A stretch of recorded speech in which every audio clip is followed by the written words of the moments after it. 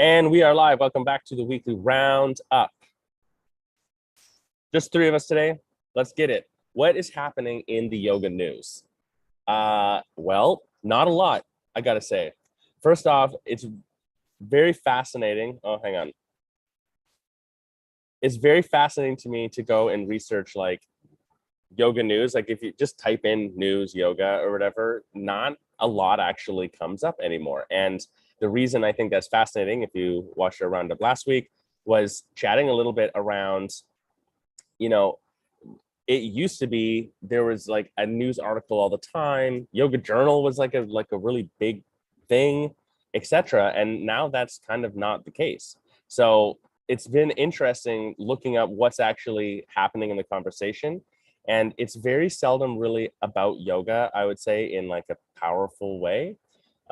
So yeah, I don't know. I'm just throwing that out there, what you guys might think about that. But the thing that is coming up in the news, top story from the last 24 hours, is actually a TikTok. And before I jump in on what that is, let me just tell you why I think it's relevant that it's a TikTok that we found. Hang on, Terry, I'm just giving you the link here.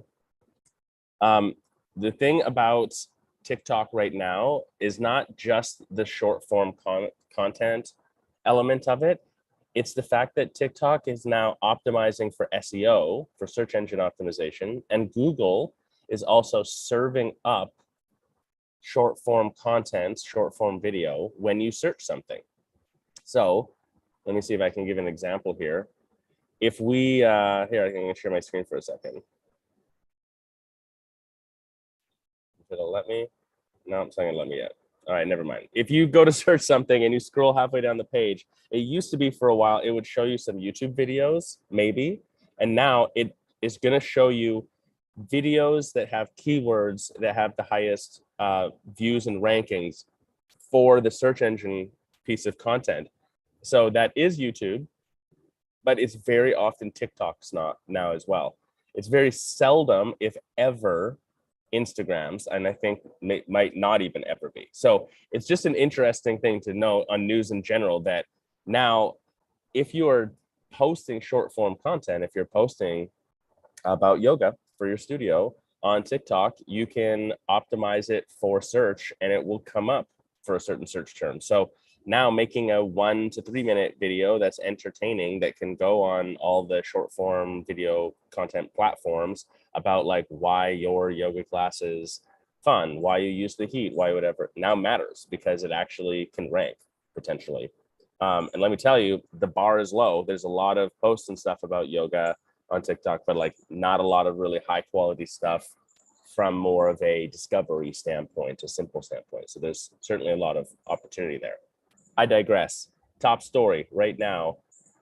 The TikTok, I watched it just really quick a minute ago here. Woman walks in, she's getting the tour. She explains, good, I don't know what studio it was, but awesome they gave a tour because half studios don't. She says to her friends, do you have any medical conditions you need to know about? No, I'm good. She turns to her and says, how far along are you in your pregnancy? And she says, I'm not pregnant. So, I mean, this is like the most dreaded cringe situation ever. And I feel like every yoga teacher has a story where we might say something wrong or whatever else.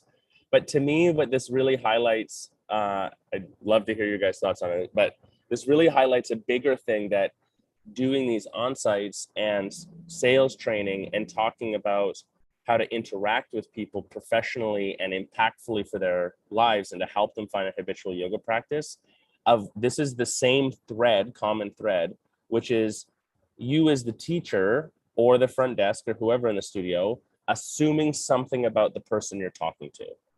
There's a ton of, especially pushback we'll sometimes get where people are saying like, I don't think people want us to sell them the intro pass. They just want to come in on the drop-in they bought and go into class. Or like, I don't want to bug them and ask them to come back and take another class with us.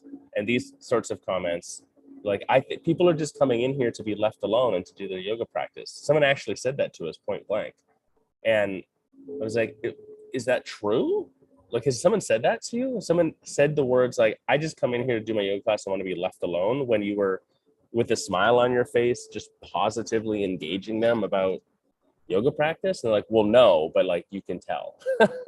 So I think that the detail that's interesting here, and this asking someone if they're pregnant when they haven't told you that and nothing else is going on, that one's a little trickier, but it's assuming anything about the person that's in front of you rather than allowing them to tell you, creating space, conversation, question, and the feeling of safety where they can open up to ask or talk to you about anything, so that they're controlling the content of what you're giving them, not you.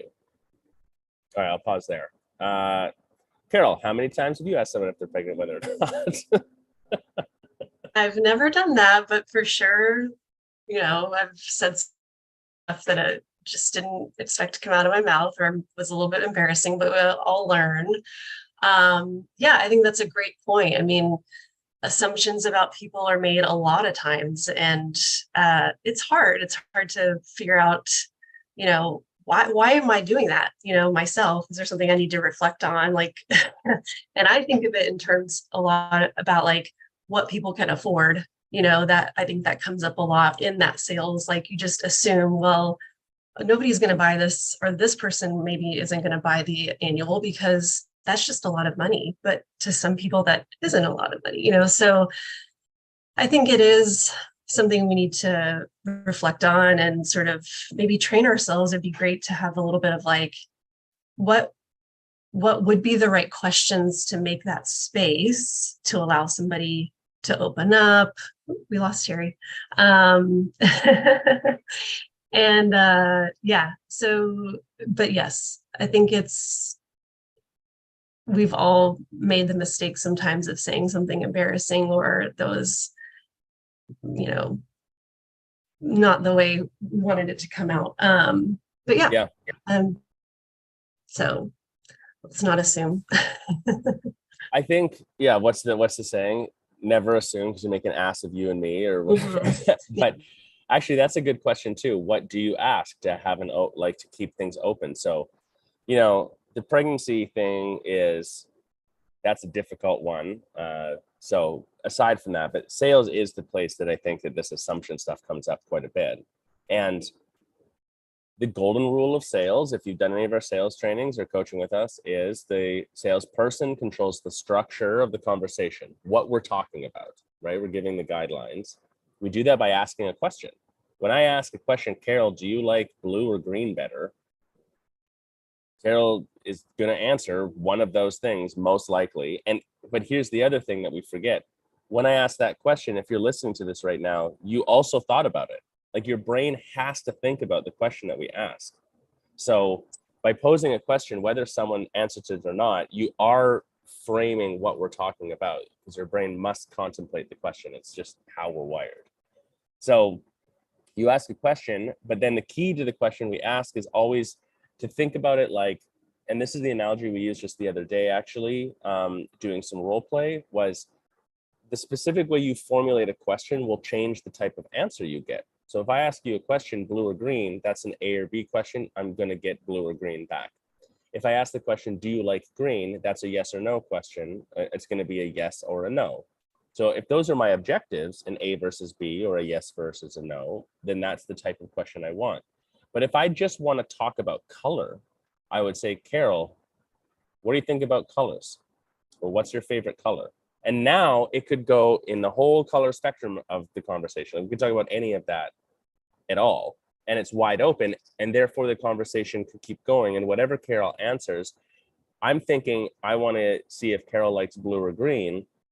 And I say, Carol, what do you think about colors? Or what's your favorite color? And she says, well, actually, I really like aquamarine. I'm like, oh, interesting. But now that's in the green category. So now I start talking about that. So the next information I fill in is completely based off of the information that Carol gives me.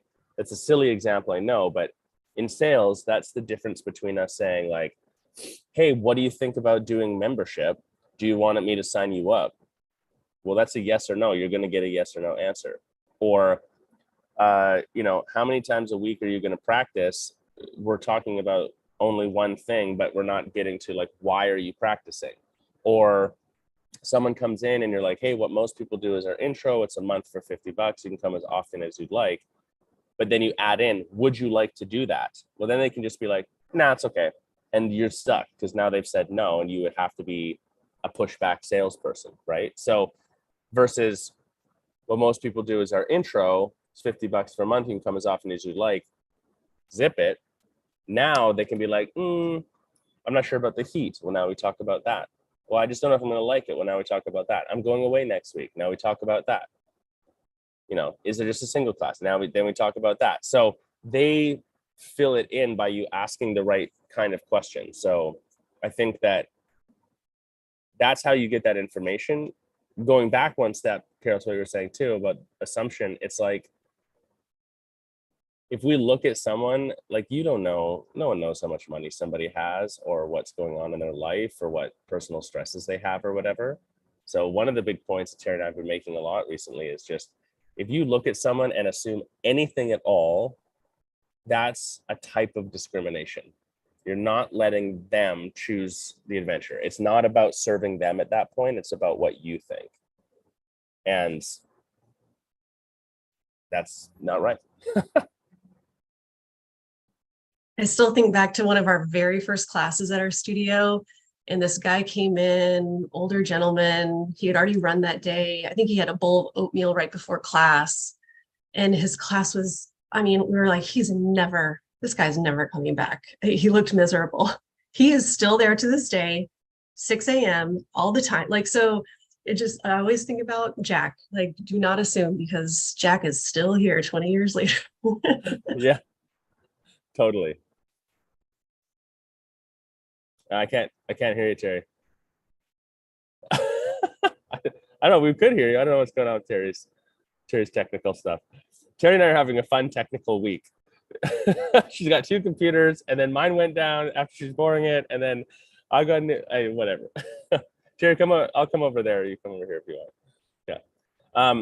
Well, I think beyond that, yeah, yoga in the news. Just here's the final point I would say on this. At this point, like, this stuff ends up online. I think that's the other point to be made here. Is like, if you fuck up and are like, hey, are you pregnant? And you're not.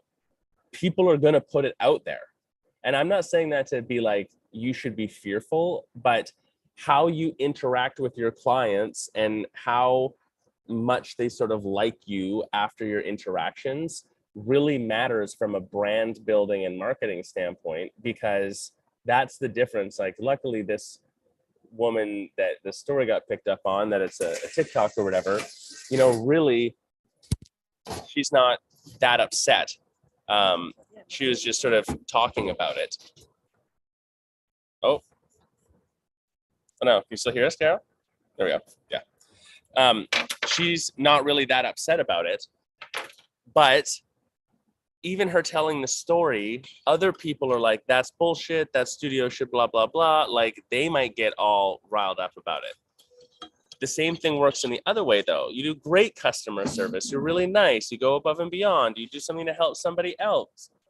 And then that could possibly get out there in a positive way. So the other thing about this sort of assumption and interaction with people, I think, is just really making sure that you're looking at it from like a bigger brand perspective. Anything you say is a suggestion to people, and every say that you have with somebody influences their feeling of you and your brand, and that matters a lot. So, no, but I'll grab some in a second. So, okay, moving on. Top post in the YC. Hannah asked a question about credits. I actually did a video on this already, but I thought we'd bring it up. Credits are the idea of tokenization. So in the industry, we know credits because of ClassPass switching to credits some years back. The idea with credits from ClassPass is a good example where you're buying X number of credits because the value of a Pilates class versus a reformer Pilates class versus a yoga class in a class of 50 versus going to the gym, just an open gym versus private training, they have a different value point. So how do you have one membership that allows you to participate in all of those? So you just show up and participate, that's it. And you kind of pay for exactly the amount of usage that you have, but that usage being, how many credits, because you pay more for this and less for that or whatever else. So that's the concept of credits. I've said it a few times. I'm pretty darn sure that credits are like the future of pricing in a lot of different worlds, and they might look different than they are now, but part of this I have to highlight as well is because of just the general tokenization. And yes, we're talking like Bitcoin, Web3, everything else, that's a type of tokenization. But you have to think about culturally right now, and it's really easy to age bracket this, but the truth is like video games and online games are played just as much in the 30 to 40 bracket as they are in the 20 to 30 bracket. So we're really talking about not like the next up and coming group of yoga practitioners. It's the people right now are already participating in things such as online games or whatever else where you don't use your own money. Like even if you play online poker, you don't put your money in, you buy the chips. Even if you don't play online poker, you buy the chips, and the chips are what you use. They're the token that represents the money. If you think you're going to start paying us with chips as tokens, I'm starting to pay you guys with poker chips. We're not going with poker chips, just, Josh. that's all it is. No, but the idea would be any video game. A good example that a lot of people might be familiar with would be Fortnite. In Fortnite, you buy V-Bucks. I literally only know this because my son played Fortnite for a little while. He's kind of over it now, thank God. But he's like, they have this package where if I spend, instead of $10, $20, I get 50,000 V-Bucks. And then I'm like, well, what do you use V-Bucks for? Like, isn't the game you just run around and shoot each other or something? He's like, well, yeah, but then you can like get this new skin. And when this new one comes out, and if you get the deal on it, then this one's also the deal there. And it's like, he's got this whole proposal made up about like how it's a good deal. But it sounds funny. And I think that a lot of people are like, I don't like that. Why would we participate in it? But we have to realize that it's culturally normalized now, and we're moving more and more towards this being normalized. So this is going to be a part of how we have a more dynamic pricing opportunity, even in a yoga studio, even in a one location, brick and mortar studio. We got one yoga room. There's reason that this could potentially be on your path in front of you. The interesting comment on that is that to Hannah's point that she posted about was it can be if you decide to use a credit. I feel like I'm like leaning in, and I am leaning in.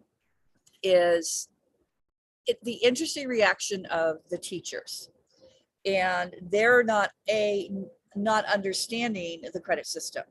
So one thing, if it's something you're looking to move towards, is really understanding yourself as the owner, and then also so that the teachers understand how the credit system works, because it can be misexplained. I'm talking about making sure your teachers understand the credit system, Josh, and making sure the teachers understand how it works. And then I had an interesting thought at one of the on-sites that was using the credit system.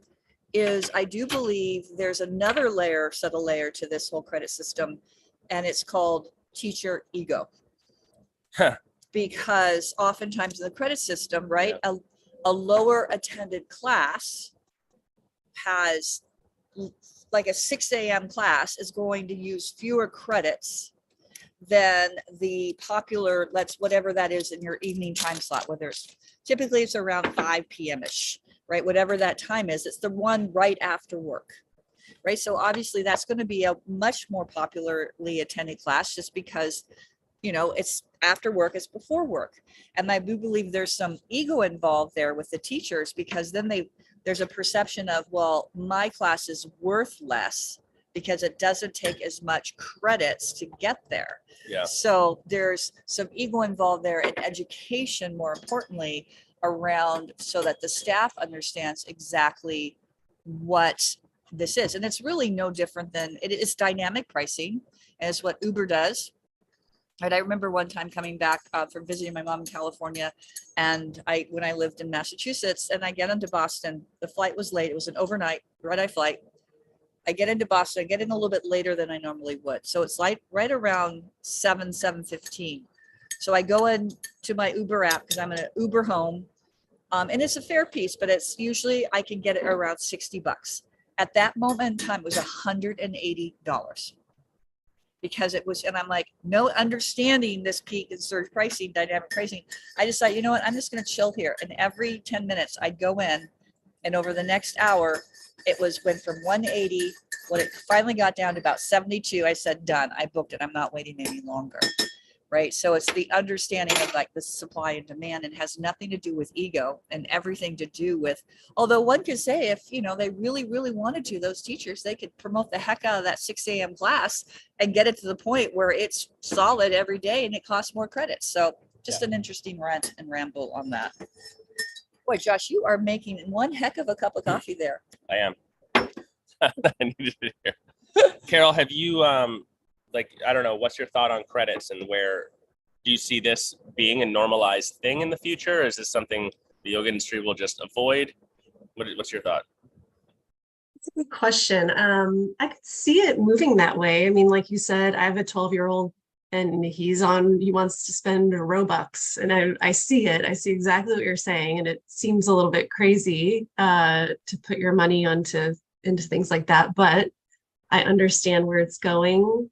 I totally agree. I think with Terry that it's like, if you have to understand it first as the owner to get the point across to your staff, and then they can, explain it to the students. So anything with your business, I think that's a really important point. Like you as the owner, just definitely have to like work it through, think through all, which I've said before, like I probably overthink too much. But yeah, think it through. And so I could definitely see that happening. I haven't done it myself. Obviously, we're still on my old studio doing it the old way, old fashioned way. But I see the benefits of it, like if it could help with maybe you get more for those really peak times, just like you're saying with those Uber prices. So I could see it working. It'll be fun to sort of coach through it, see how. The interesting thing too, if you want to talk about from financial equality, like if you're on like a membership that is a credit membership, if you're have on a tighter budget, then you can choose those classes that use less credits, right? So that you can actually make your credits last longer, as opposed to if you're on a regular month, it's so much a month. It's like, okay, I'm paying the same, unless I go a lot, I'm paying the same for every single class. But now with my credits, I might be able to make my credits last 6, 7, maybe even 8 weeks if I'm taking those less popular class times. So in some ways you could pitch it as, if you really want to get the best value, credit system, and then they're in control. They, meaning the client, is in control of how many credits I'm going to use. And like, you know what, I'm just going to avoid that class because I want to be able to go take 4 classes a week. And I can take 4 classes a week if I go to these other less popular times. But if I go to those peak times, then I'm only going to be able to take 2 classes a week. So it really kind of, you can present it that way. It's like you really then are in control of how much you spend per class.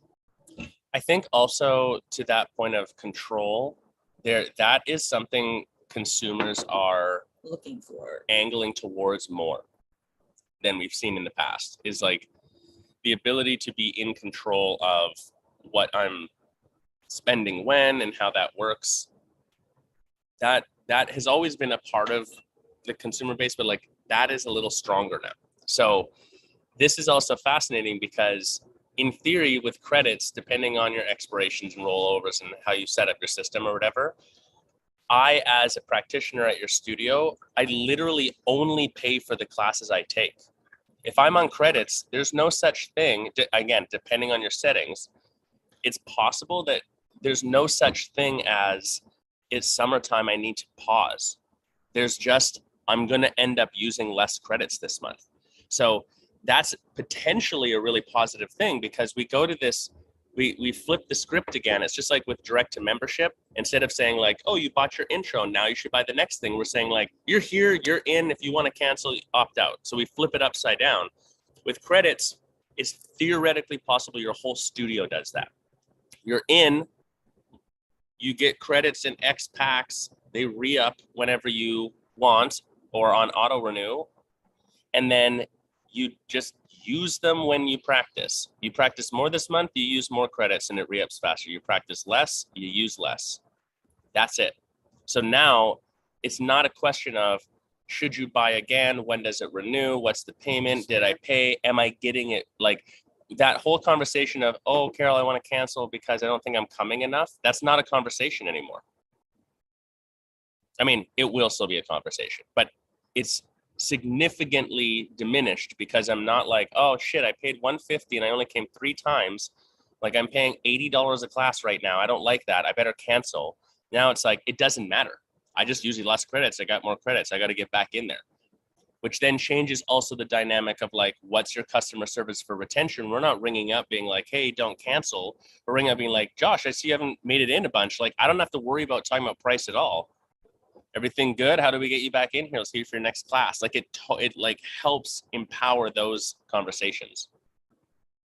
One clarifier too, I'll just add to this is to spin off of your point, Terry. We often look at this, and that's where the ego from the teacher comes in too. We often look at this as how things are less valuable in credits. We're like, oh, the 6 a.m. is then cheaper because it's not my higher performing class. That's not the point of it. The point of it actually, and it's just like Uber, like the Uber example is brilliant. There's like a minimum bar of, I don't know what it would be, but like per kilometer driven, per market, per whatever. And then that's the base and everything moves up from there. But that base is set so that like they're not losing any money. If you get a cheap ride, the other morning I was only going 2 miles, 3 miles to the Starbucks or whatever. Of course, so we're traveling. Starbucks is getting way too much of our money. Thank God they don't dynamically price, because holy cow, we'd be screwed. Yeah. But anyways, I jump in and it was like $9. The identical trip 2 days later, I had to wait an extra 15 minutes and it was $15. And I didn't care, but I'm like, wait a minute, that's like a 50% increase at the same time of day even. But the point being, it's not about lowering your price. It's about being able to increase when demand increases. And if you look at most yoga studios, this is actually a big problem that we have, is that if you have one yoga room, everyone wants to come at 5:30 after work and practice that class. And depending on your classroom size, obviously, like that class caps out. But then your class after, it's probably busy. The class before is only half full, and your midday class is like only a quarter full. So you have this really bustling, intense moment where everyone's there at the same time, but you have a cap for what you can get per person per class. You can't make any more money on that class. So the solution's always been like, I remember way back in the day, a mentor saying like, you don't even open a yoga studio unless you're gonna have 2 rooms, which is not true in my opinion, but they were solving for this problem. They're like, everyone wants to come at the same times. So it makes more sense to have 2 rooms so you can run simultaneous classes. And there is truth in that, but dynamic pricing is also a solution for this. And the way that you dynamically price so that you have one membership is credits, it's tokenization.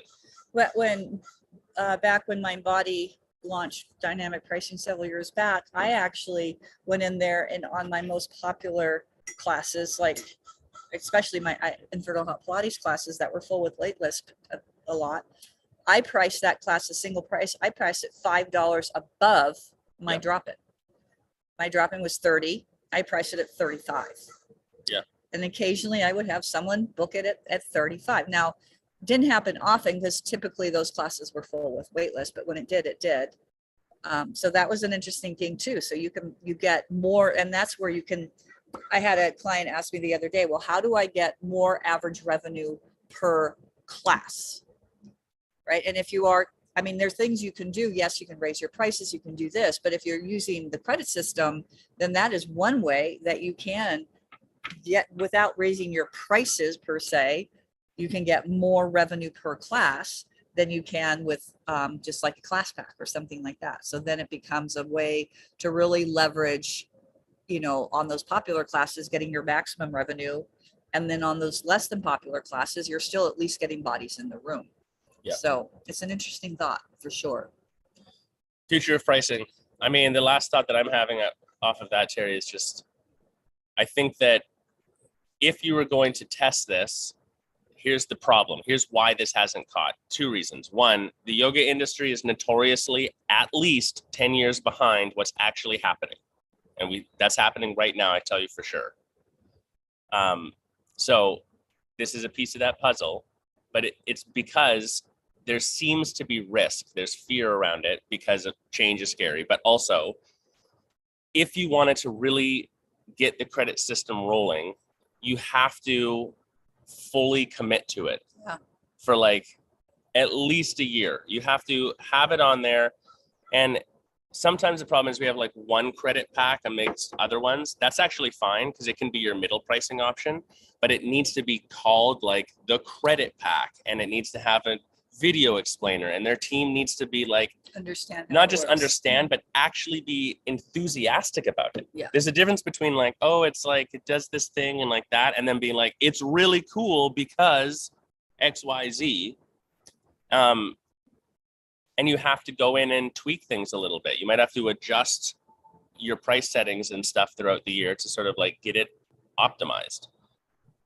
If I was starting a studio from scratch, brand new brand today, it would be one of there's a few different pricing models out there that I would have to consider. If it was in a big city, especially where we're expecting like decent volume of people coming in, Credits. I would probably run credits. Yeah. Only credits. There's no other option. Or credits plus an unlimited pass, but it would let you make your unlimited pass real expensive, like $200 plus for the super user who wants to come 5+ days a week. So it's not your gold pass anymore. Or you could go back. I shared this story when we did when our sales training kicked off on Monday, is I was recalling when I first started practicing way back 20+ years ago. And at the studio I started practicing at, I was thinking about, there was no such thing as intro. This is 2002, 2003. So there was no such thing as an intro.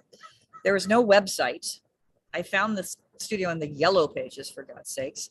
And when I called, to get some info, the blah, blah, blah, they came in and they had two pricing options. They had a 10-pack and they had an annual membership. That was it. That was it. Yeah. That was your choices. So at that point, I just signed up for the 10-pack, wrote a check. They put my name on a card. Yeah, a little card. And when you walked in the room, you actually went over and found your card. It was a lot of the honor system, but it goes back to the credit system, circling back, could actually, the more I think about it, be just incredibly simple. Yeah. Right. It's like you have one option, it's the credit system, and then you have, so it's an interesting, very interesting thought. Here's the final seed I'd plant on this one is, if your studio has credits and then you open multiple locations, or here's the other thing that'll happen is ClassPass is broken into the market this way. What people haven't seen yet that credits are a part of is Walla has an idea for this. I'm totally letting the cat out of the bag. I don't know. This is just a conversation. I don't know if they'll do it ever, of a thing called like hopscotch. And the idea is, how do studios, basically, if you decided, here's a network of other businesses, just like our partners, like, okay, I partner with these people if you're on my unlimited membership, you get these discounts there. How do you like actually link that up? One, and then same concept, how do you make it between different fitness businesses? If people have memberships at two places, how do we make it that if they have a membership at my buddy's gym or the chiropractor or whatever else, it's gonna equal a membership at mine? Like, how do we make that happen? So instead of like looking at it all from competition, we look at it like creating a spiderweb network of professionals.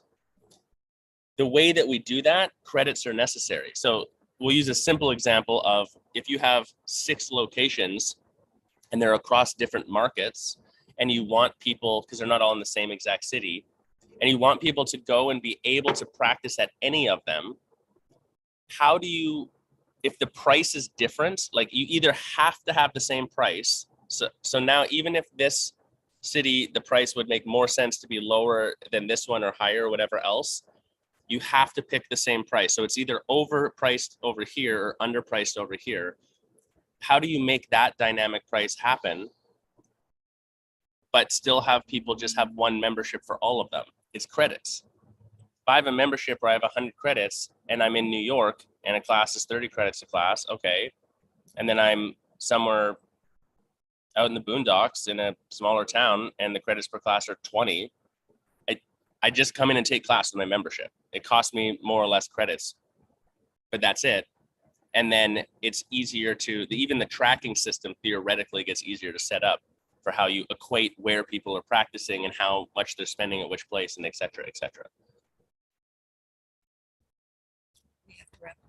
We got to wrap her up in a minute here. Okay, last thing, coaching. What's coming up in coaching? Carol, give it to us. Yeah, it's interesting because the credits, I was thinking how it almost takes, well, what I was seeing in coaching is people having very low cost classes, like a karma class or something, spending $10, having people come in, or guest pass, buddy passes with no follow-up. No follow-up to try to get those people onto an intro, no, system where they're getting into a funnel and or at least having a conversation with them about buying something next. And it sort of, there are a couple of things that came up for me is one, when you have like, say, a free intro, like a free class as their intro, I was telling a client recently, like a lot of times people they put more value on something that they actually pay for. Right. So if it's a zero cost to entry, really necessarily from a psychology standpoint, see as much value because they haven't paid for anything. And I'm seeing that sort of like integrate a little bit with this credit conversation. Like it almost takes out the psychology, like how much am I paying? Because it's just like, it's a credit. It's like a different value system. That's sort of interesting. I'm trying to meld that together. But yeah, like just making sure that if you have some sort of buddy pass or guest pass, that we're getting some follow-up going. And I love Terry's post about the opportunities list. I think that's a huge thing that we also have to make sure of. Like if somebody comes in on a free class of some sort, I've been working with a lot of clients to like, let's get that follow-up going. It's a huge opportunity. They're already there. So yeah. Well, it's like it's more than a warm lead. And it's interesting you say about the value. I feel that there's more intrinsic value to like a referral card or a buddy pass than there is for just an outright get your first class free. Because if it's a buddy pass or referral card, it's coming from my buddy Josh gave it to me. So I have Josh is valuable to me. So therefore there's some value that he gave it to me. So that gives it a little more value as opposed to, oh, their first class is free, sign up here and you get your free pass. So there's a subtle distinction there. And I totally agree with you, Carol, about, I was going to say about the opportunities list, because that's one of the things when we're on these on-sites that we talk about. And just from the time we rolled it out and presented it on Monday, the very next day, one of the teachers at the desk in her class, and it, did it go perfectly? No, but she upgraded one person. She's upgraded someone from a drop-in that had been multiple drop-ins, and turns out, oh, she sold her a 10-pack. And then another person came in on their drop-in for their first class. She upgraded them to the intro membership. And then she saw someone that was, their intro was almost up. She sold them the membership. And just by highlighting it, her looking and writing those opportunities down, the same thing the next day, one of the teachers was so excited, upgraded somebody, so it's just having that just awareness and opportunity. And the same thing goes for a referral card, because like, well, I don't want to think that there seems to be a perception around, well, the first class is free. It's a free class. I don't want to say anything about them buying something. And, the simple thing is like, hey, Carol, so awesome that your buddy Josh brought you to class today. Class today is covered. And what most people do is our intro membership, blah, blah, blah, blah. We can get you set up and you can start on your next visit. Nobody's even saying that.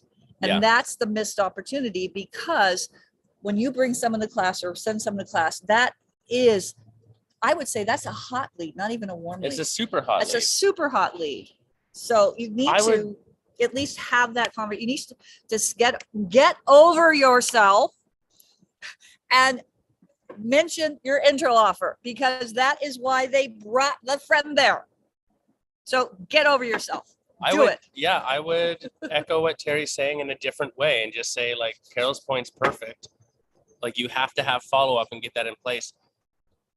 Literally, if you refuse to follow up with a buddy pass or like a free class or a first class free or something, and you're running that model, if you refuse to follow up, and when I mean follow up, I mean like train your team on the conversation Terry's talking about, have an upsell plan, reach out to them afterwards, then don't run those things. Yeah. Like, they're not going to do anything for you. You're going to get people in, and some people, a couple will convert, but like the percentage will be so low, it would make more sense to just be like, no one gets a free class. You got to pay to be here, to Carol's point about value. Because I don't think a buddy pass or something, even first class free, that doesn't devalue your product unless you let it devalue your product. And you let it devalue when you have no follow-up and it doesn't convert. And the other thing I would add to this, Terry, before you jump in, is just the get over yourself is a really important point. It's a little harsh sounding, but it's true. Where, I mean, how big does your ego have to be that you can not, like, that you see that someone has gotten themselves there and they've shown up and they want to take a class with you and everything else, and without anything at all, you're like, oh, they're just here for a free class. Like, they're like a second class citizen in your studio. I won't even extend the offer for them to continue to participate with us. Like, that's so not welcoming and such an underservice to the person. I just fail to believe that people come in because their friend gave them a buddy pass or because you said get a free class. If they really had no interest at all and had no problem to solve and had no desire to improve their life through a yoga practice with you, They wouldn't have come. they're not going to show up, period. The asterisk is they're like, I'm traveling and it's at my friend's place and I'm literally here for one day. But at least find out about that. Yeah, So, Carol just posted in chat. It's going back to making assumptions, kind of come for a circle. And one, I was also going to say, it shows that you don't value it. Yeah. Right. Think about that. Someone comes in on a referral card, whatever you want to call it, buddy pass, referral call, guest pass. It's showing, and you don't do anything about it. You're saying to that person, we don't value this. It's not worth anything to us. It's not worth our time to even have that conversation, even reach out at all. And again, it's making an assumption that, oh, well, I don't want to bother them. I don't want to, that's projecting your own bias onto the situation. Right. And sort of coming really full circle, because I was having all those tech issues, is about the whole, I learned the hard way a long time ago, unless I am 100% sure a woman is pregnant, I do not ask. Right. So anyway.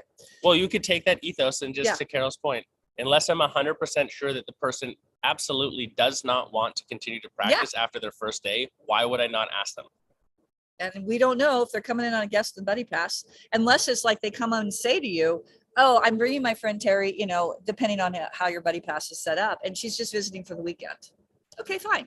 Cool. Sell them a traveler pass. Sell them if you have a traveler. But there's always another pass. There's always another pass. But so I think.